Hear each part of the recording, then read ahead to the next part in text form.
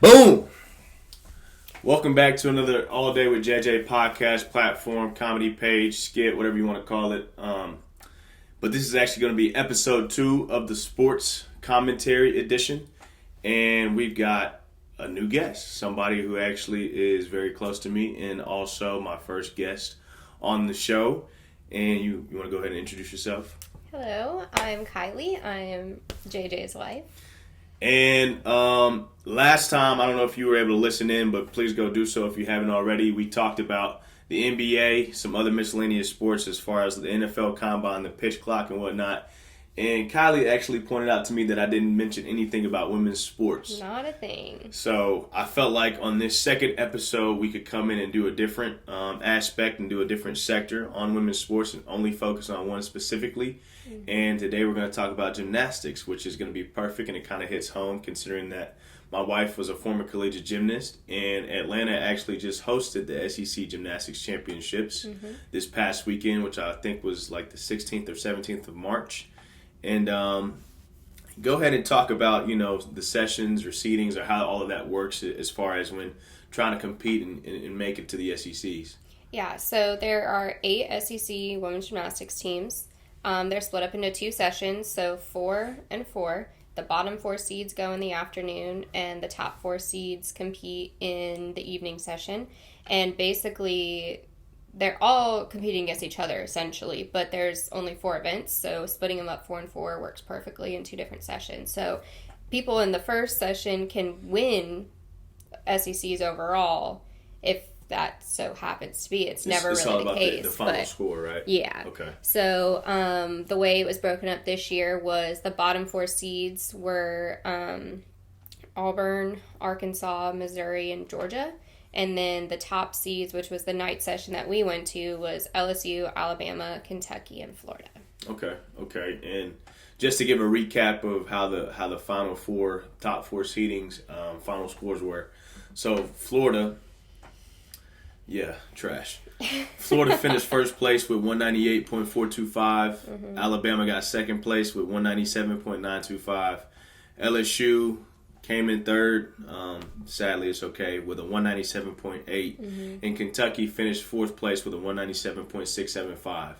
So it was pretty exciting, but I know it was a little bit different because when we were in school, LSU was pretty dang good. We just had a few runner-up years. 2 of the 4 SEC championships. We were pretty darn good. So we actually had the opportunity to attend with 2 of our really good friends who actually went to Alabama, Maddie and Dee, shout out to them. And when I was actually, when me and Dee were actually watching some of the events, we could overhear you and Maddie talking about how some of the scoring was a little bit subjective. So with that being said, before we get off into that and before we start raising a couple eyebrows here and there, how about you just go through each event, however many events there are, and basically how the rotations break down and what to look for when scoring each event. Yeah, so there are 4 events, like I said earlier. Vault, bars, beam, and floor, and they go in that order, essentially. Vault is the one where you run down that really long piece of carpet and fly over the piece of equipment. It's called the vault table. Basically what you're looking for there is power. Like, it's a very big power event. So you're looking for speed running down the vault runway. It's all really physics. The faster you go and the angle that you get into the table, the higher you're going to elevate and the further away you're going to go from the table. And that's what they're looking for. They're looking for height off the table. Like, Haleigh Bryant is the most amazing vault gymnast. LSU gymnast. Shout out to Haleigh Bryant. She flies like 6 feet above the table, not above the floor. Amplitude from the bottom of the table. From the top of the table to her head, basically, is about 6 feet. And then distance from the table, that just shows how much power that you put into the vault, really. And then landings. Did you stick the landing? Did you take a step? Or did you take a hop? Yeah. And a new thing this year that they actually implemented, which is what they do in nationals, is they have lines on the mat. And if you're not within them, it shows the judges that you're off like to the So side. what if you just had so much power and you got past that second line? Would that still be? Oh no. So you're talking about the runway. I'm talking about the mat that you land. They're on either side. Okay, I see what you're saying. So you have to be within it to show that you weren't like off to the side or like lopsided. You were straight on doing exactly what you needed to do. They're kind of in parallel with instead of being perpendicular toward. Okay. Exactly. Okay. Yeah. Okay, so that's vault. That's vault. What's the next one? Bar is my favorite event. She was disclosure, she was a bar specialist back in the day. Way back in the day. Yeah, so bars, they're looking for a lot. It's a very unique event in that it's mostly upper body and technique-wise. You can power your way through it, but that's not how you're going to get a good bar routine done. So you're trying to be silky smooth with it. Exactly. Okay. So, again, you're looking at handstands. So when they're completely upside down in a handstand position on the bar, are they straight up and down? If there's even an angle of being off vertical, then it's a deduction. There's 2 major release moves at college that you have to have, either high to low or low to high, either way. And then you need to have a major release, which is where you let go of the bar and catch the same one, or you can go from low to high, but that's... Okay, so when you say low to high, high to low, high to low. When you say low to high, high to low, you're basically talking about high beam to low high beam. bar. High bar to low bar. See, I'm working. I'm trying. High bar to low bar to high bar, because there's 2 different bars. There are, yeah. See, you were saying high to low. I'm in here lost. I was lost like hell. High bar to low bar, or low bar to high bar, or you can let go of the high bar and recatch the high bar. Okay. And there's like I'm not going to get into it, but there's like a bunch of different skills that you can choose from. Okay. And then again, the dismount, it has to be, you have to flip above the bar. So when they let go and they're flipping, are their shoulders above the bar or are they below the bar? That's a deduction if they're below the bar. That shows that you don't have amplitude again. Amplitude is a common theme throughout all of gymnastics, and then landing, common theme of all gymnastics. Did you stick it? Did you step? Did you hop? So when you release to dismount, if your shoulders are above the high bar, then that's good. Yeah. But if they're below the high bar, you chump change. Pretty much. Okay. Yeah. I mean, you're not really going to see that in college gymnastics because it is the best of the best. And you probably aren't going to be in a bar lineup if your shoulders are below, but it is something to look at. Like, if they peel off the bar where they, like, slip off and they're below, they're going to get a deduction because most likely they're going to fall. And then most likely they're going to get a deduction for amplitude. Okay, so what's the next event? So the next event is beam. That's also kind of unique because it's not so much of a power event, but you're still doing regular flips like you would do on the floor, basically. So there's a lot of different things that go into it, but tempo and rhythm is a new deduction that they take on beam. So if the athlete stops to, like, breathe for longer than, like, 1 to 2 seconds and it doesn't flow, the routine doesn't go back to back to back. Oh, I deduction. did not know that. I did not know that. That's crazy. Yeah. So everything has to flow. It can't look hard. Like, you got to make it look easy. There are acro skills, so like flipping skills, you need one single by itself. That's a D acro. So just like a backflip. Yeah. Okay. And then, or like a front flip. Depending, whatever type of flip it is. Like Haleigh Bryant does a standing front tuck, and it's the most amazing thing I've ever seen in my life. She does. Shout out to Haleigh Bryant again for the second time. We love you. You don't know who we are, but we love you. She knows who I am. Anyway. Oh, my bad. You don't know who I am. I'm a nobody. Check the jersey though. Okay. Keep it moving. So, and then you have to do one in a series together. So you have to flip twice, combined together. If they aren't connected and there's a pause between the two, it doesn't count, and your start value on the routine will be terrible, and it's a deduction. You have to have leaps and jumps where you hit 180 degrees, so like in a split, and then a dismount. Again, did you stick it? And there's a new rule now that, so in gymnastics, there's skills that have grades. A is the easiest, E is the hardest that you'll see in college. And you have to have a C dismount now in order that's the minimum for it to be a deduction, so that's a new rule as well. But, a C dismount in college isn't really that hard. Okay. And I think you said there were 4 events earlier, so we just talked about vault, bars, beam. So what's the 4th and final? The floor, which is everyone who doesn't know about gymnastics is like their favorite one to watch because it comes with music. People get to show off their personality. Yeah. Yeah. And one big deduction that comes is if you don't like show off your routine, you don't look like you're having a good time, you don't really get into it, it's a deduction. And then you have tumbling passes where you flipping.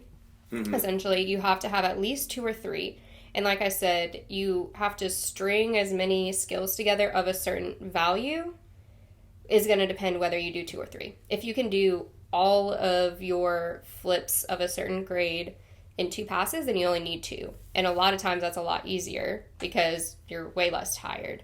You need a leap, again, where you hit 180. And you are also looking at amplitude of your tumbling and your leaps, landings.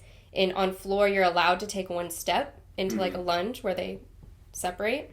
Okay. But it has to be controlled. You can only move 1 foot. There's boundaries around the floor too, right? You can't stay if you step out of bounds. It's a 1/10 deduction per foot. So if both feet go out, it's 2/10. So so you've basically broken down each event, how many events there are, what rotation they are in. Yeah. How many? Like, how does the lineup work? Like, how can you do a lineup? Like, say for instance, you want to do a bar lineup. How would you? How many? Yeah. So college is very unique in that it's very much a team sport. Club and nationals is a little bit more individual.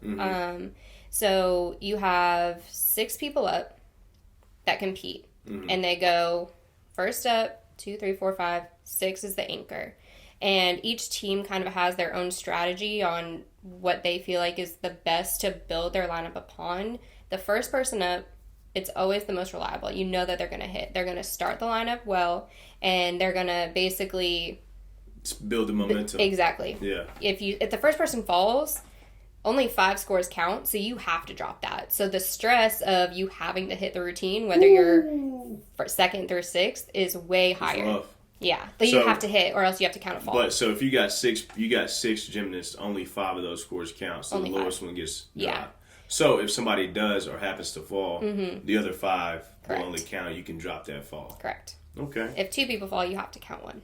Okay, so I think I might have heard you say this a couple of days back, but you were saying some teams do a different type of strategy. Yeah. And normally, I think you said you have your first person who sticks it. And then you normally build up to the best with your anchor. But you said some teams put the anchors up top?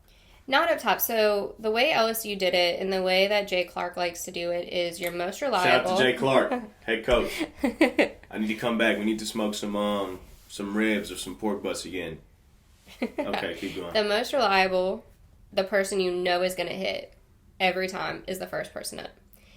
They're guaranteed 985 if they hit. It's not the person that necessarily will go 10, but they will hit a 985, and that's a solid routine first up. You know they're going to hit. Then you build from there. So pretty much the way he did it was like, then you go, if you can get like a 99 to 995, that's going to be 2nd to 5th position. Then the anchor is the one that can go a 10 if they absolutely do a perfect routine. They're going to normally go a 9-9. Yeah. See, I know gymnastics. I'm ready to coach. The way the lineup usually work is the first person up, then you build momentum. And if the 2nd, 3rd, 4th, 5th girl go 995 and the last person up has a really, really good routine, you're kind of backing the judges into a corner to give a 10. Get a 10. Okay. Exactly. So it's real strategy in this thing because it's like, as long if you set these girls up to score really well, if they keep scoring well, then the judges are going to be inclined to keep continuously getting them good. So like if the 4th person up, 5th person up gets a 10, and the last routine is really good, you kind of got to get 2 10s. Yeah. Okay. But you can also do the flip of that. So the way Florida notoriously likes to do it is their first person up, pretty reliable. Definitely not the person that's going to go 10. But they're going to have, them in Oklahoma are going to have the first person up. They can go 9-9.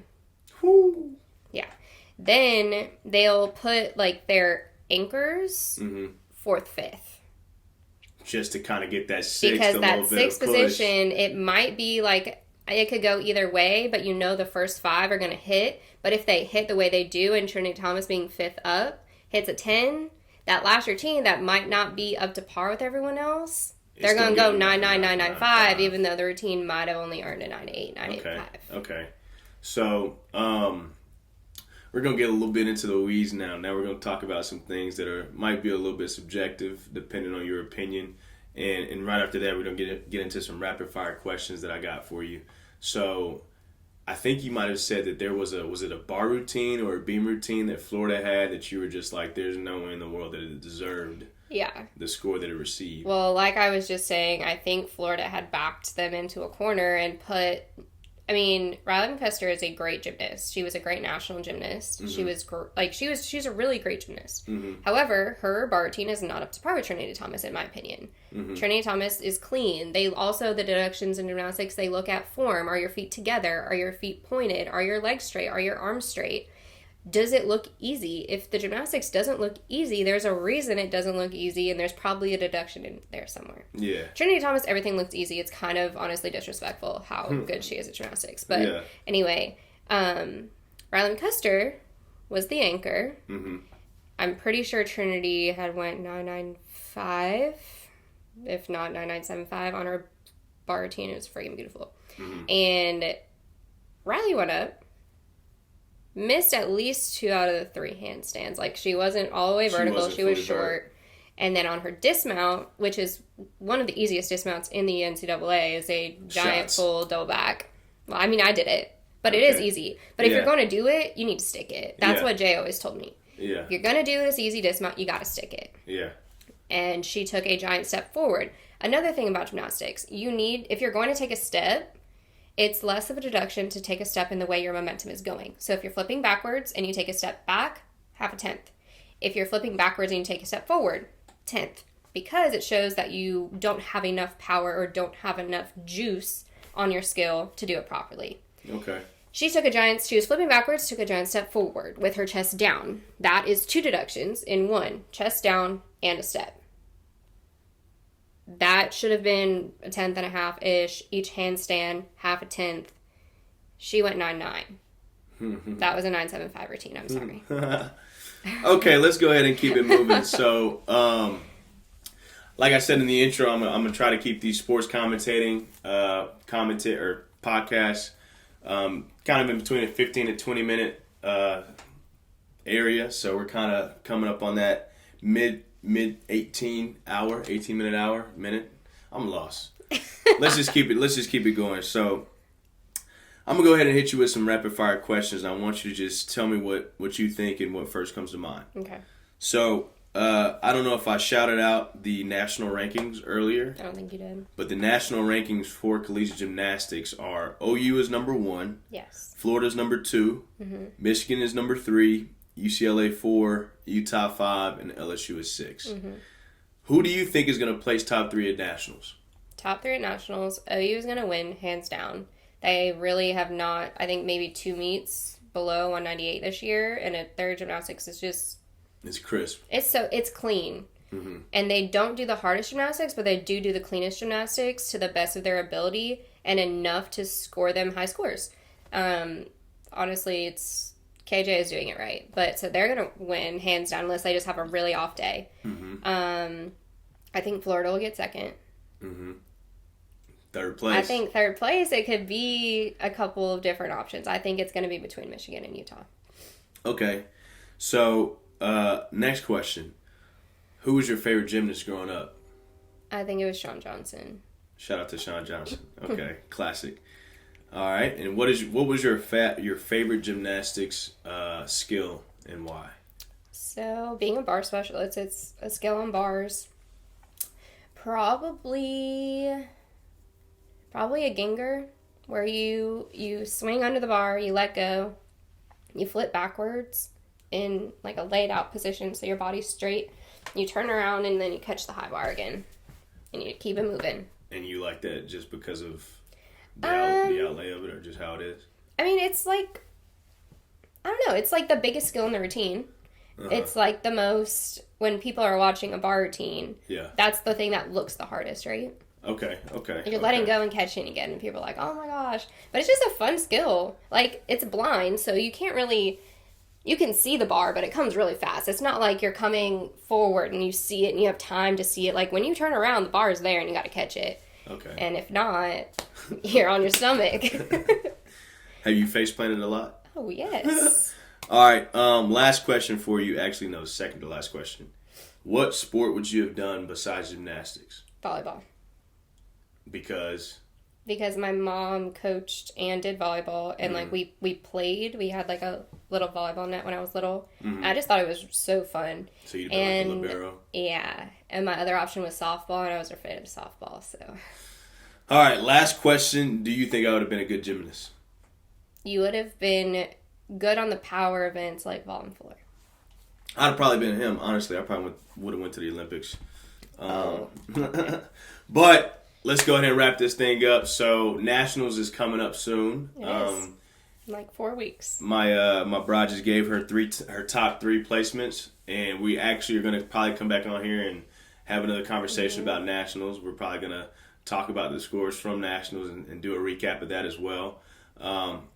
Shout out to more LSU gymnasts. Shout out to Lil Finn. Baby Finny. Shout out to Baby Finny. Her older sister Sarah was definitely one of the homies. Shout out to JM. And to also give you some other news, she's not only going to be out here for gymnastics, we're also going to do a different spinoff, but it's not going to be related to sports. It's going to be related to Bachelor Nation. Shout out to all the husbands who were forced to watch The Bachelor. Based off their wives. I mean, I'm a betting man, and I feel like, if you wanted to bet the final picks or the final rows, I think I would be a winning man. So you would. We'd be rich. We would be rich. But we'll get into that. Hopefully you come back in and check back in. If you're just now tuning into this and it's not already out, be sure to catch it here probably in the next week or so. If you are tuning in and it's, 2026, it's already out, so go check it out. But all in all, that's all we got for today. You got any last words, anything you want to say? Yes. For everyone that loves sports, don't sleep on women's sports because they can be very exciting. They'll come, and you won't know what's going on, but they can be exciting. All right, then. Well, let's go ahead and cap it off right there. So make sure you always like, subscribe, and share the video. This is the AWJJ platform. Don't forget to share the love, and always stay safe. Peace and blessings, and hold it down. Till next time. And that's all we got. Okay, try to repeat after me. Brass section, go.